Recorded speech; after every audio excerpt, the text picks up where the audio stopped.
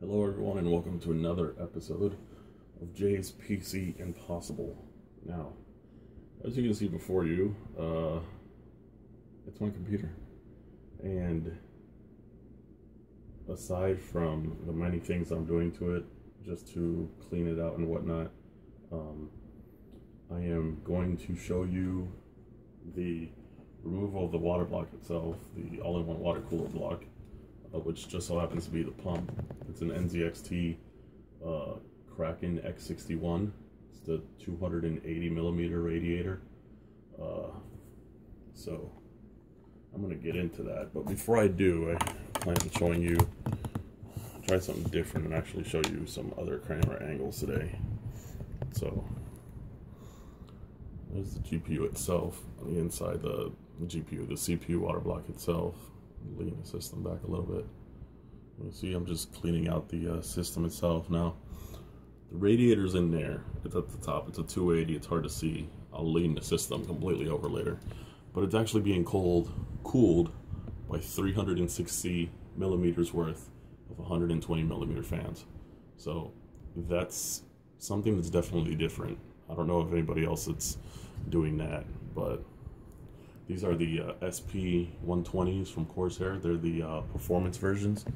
So I'm just gonna lean this bad boy over right quick so we can get a deeper look inside.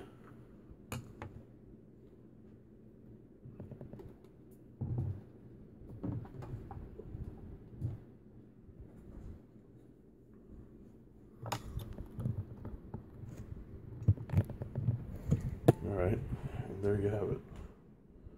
There's a radio at the top. It's nice and clean. I always try to maintain the inside of my case as clean as possible, but lately I've been getting a lot of dust in because I've been leaving the side panel off. So yeah, we are going to work on this guy right here. And I'm going to try not to block the light too much. I know it's kind of hard. I'm like blocking it right now. It's kind of stupid. Try not to. So let's see if I can do this with one hand. Hopefully I can. Alright, so here you have the thumb screws themselves. I don't know why they call them thumb screws. These are not screws. They are nuts. They're basically bolts with round edges. So we call them nuts.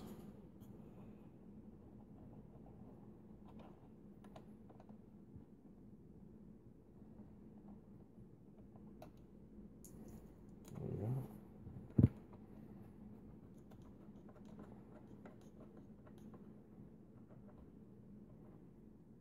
I have no idea why I'm doing opposite corners because it's not like I'm putting it in right now, but I guess it's a force of habit.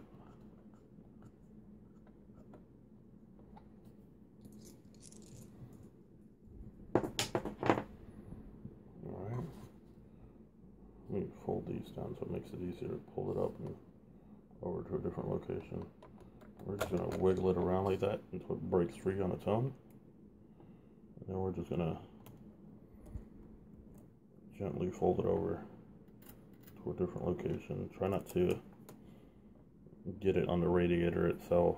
Last thing I need is to bend one of the pins. Now there you can see the CPU itself. It's actually not that impressive, let's be honest. It's only impressive when it starts working and it's doing all of its computational calculations. Some pretty big work going on there. Alright, so we're gonna, oh, sorry for swinging you guys around so violently. Alright, so let's remove some of this thermal compound off of this bad boy right here. You can see that there.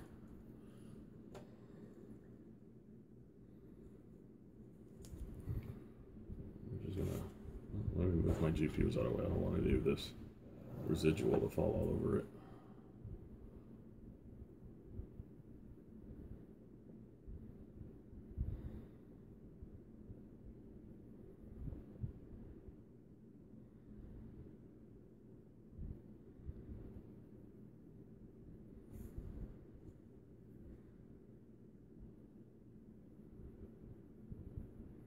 There we go.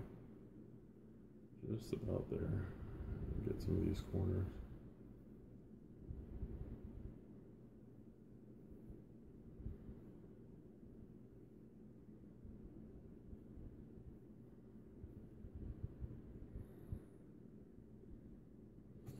There we have it.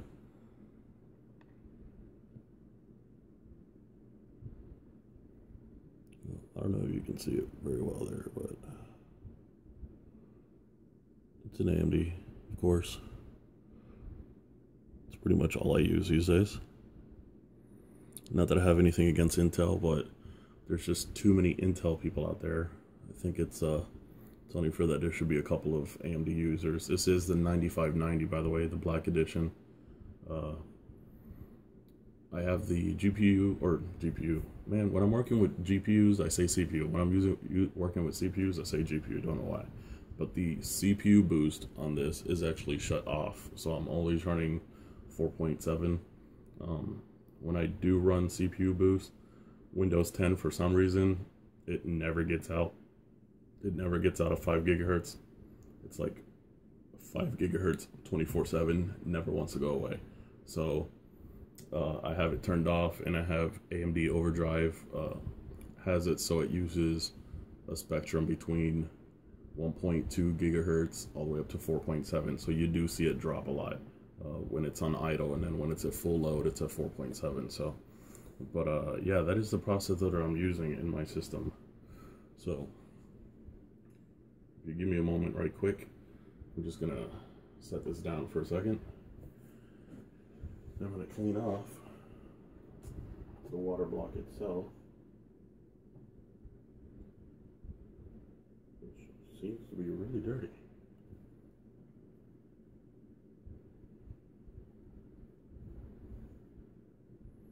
Alright, actually, let me bring you guys along for the ride. So you can see this. There's the water block itself.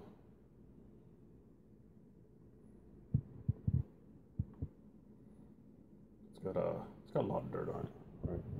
So we're just gonna set you guys down over here for a second. It's like a theme park ride. You guys are just getting moved around a lot.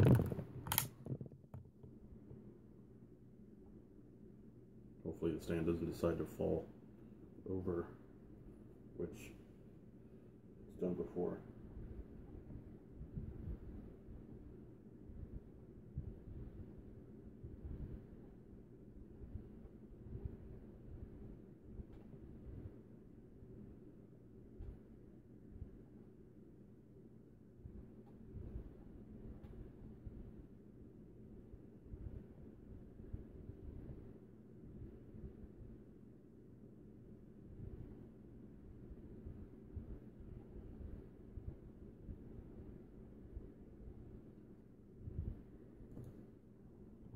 Keep moving you guys around. This time you're stuck. Alright. Alright, so there you have it. Nice and clean water block.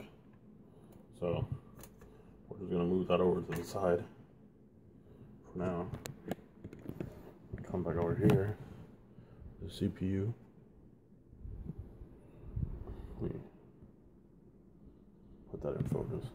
Alright, so we're looking for the little notch, and down in there, there's actually a corner that has a notch, and that corner is, I don't hear a drum roll, neither do I see one. Let's see. That corner with the notch is this corner over here, so you have to match up the pattern of the missing blocks with the patterns of the blocks on there. So just quite literally drop it in there. You don't have to hit it down or anything. I'm only doing it to make sure that's in the proper place. There you go.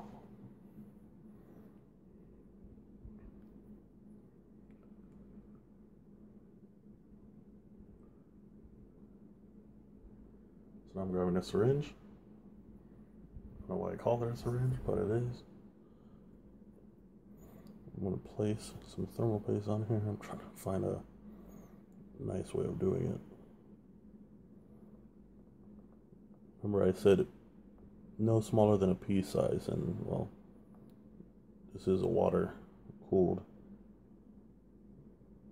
system, so that's actually much larger than pea size. It's about the size of a bowl. Is one of these I'll give you a comparison.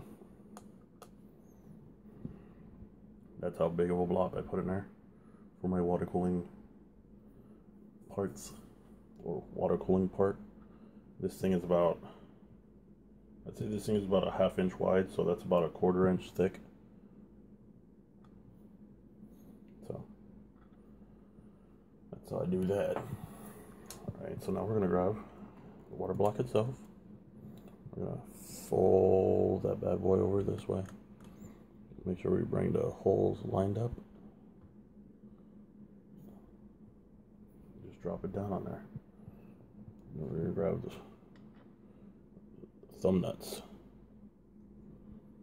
and just turn it enough that it grabs them. You don't want to tighten them down just yet.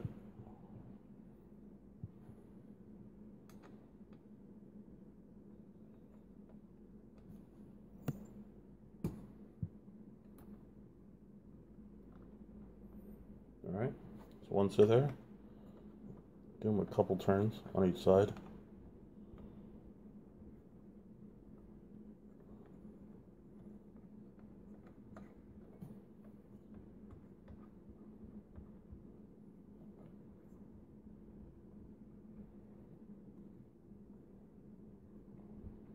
Each time you go around, it should get harder and harder, which is good. Keep it clean, people.